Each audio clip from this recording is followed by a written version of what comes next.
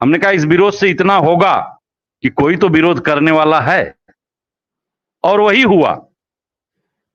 कोई विरोध करने वाला आज महत्वपूर्ण हो गया और सरकार को बैक होना पड़ा। जी मिश्रा जी। चलिए मैं सीधा विक्रम सिंह के पास पहुंचूंगा इसी सवाल के साथ, और उनसे तो ये भी सवाल है कि आज बैठक में कुछ हाथ नहीं आ पाया। विक्रम सिंह जी सर, आपका बहुत बहुत आभार, और आदरणीय तारकेश्वर शाही सर को और आदरणीय मनोज राज सर को भी कोटि कोटि प्रणाम। कोई बात नहीं सर, हम लोग इंतहा तक इंतजार करेंगे। हमने आपको बताया है ना कि किताब में हम लोग पढ़ते थे कि समुद्र के पास सबसे बड़ा, सबसे ज्यादा धैर्य होता है। और जब यक्ष ने युधिष्ठिर से भी पूछा था तो यही जवाब युधिष्ठिर ने भी दिया था।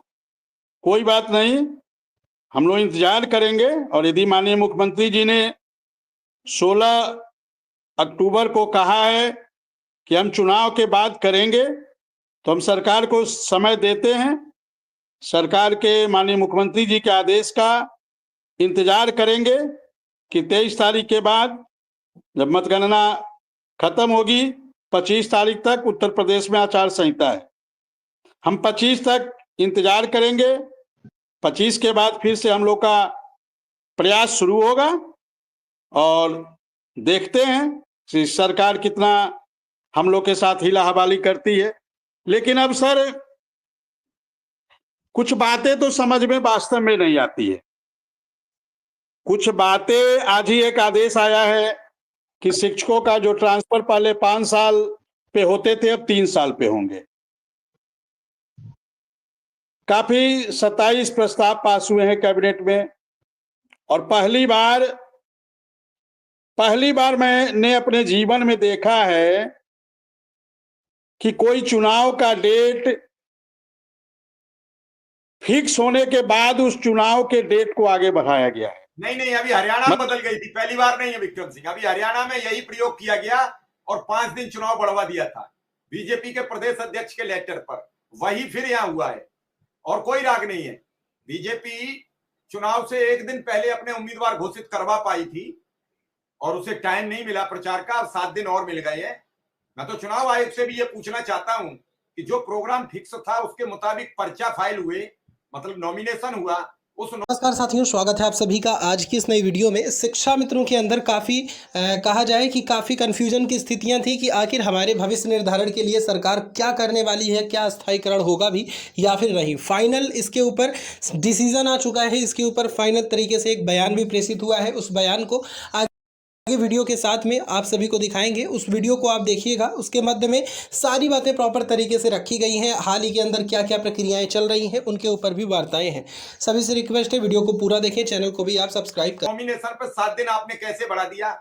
क्या आप इस देश में नहीं रहते हैं? क्या आप इस देश के नागरिक नहीं है? क्या इस देश के नागरिकों के बारे में आप सोच समझकर फैसले नहीं लेते? क्या आपको पहले पता नहीं था कि कार्तिक पूर्णिमा है? और कार्तिक पूर्णिमा है तो इस देश का हिंदू धर्म का पर्व है, तो 3 देश राज्यों में क्यों रोका गया चुनाव? क्या राजस्थान में हिंदू नहीं है? क्या मध्य प्रदेश में हिंदू नहीं है? क्या बंगाल में हिंदू नहीं है? क्या बिहार में हिंदू नहीं है? क्या अन्य राज्यों में हिंदू नहीं है? और केरल में रोका गया, वहां एक विधानसभा का रोका गया। जहां प्रियंका गांधी चुनाव लड़ रही वहां नहीं रोका गया, क्योंकि वहां पता है परिणाम क्या होगा, तो वहां रोकने से वोट और बढ़ सकता था।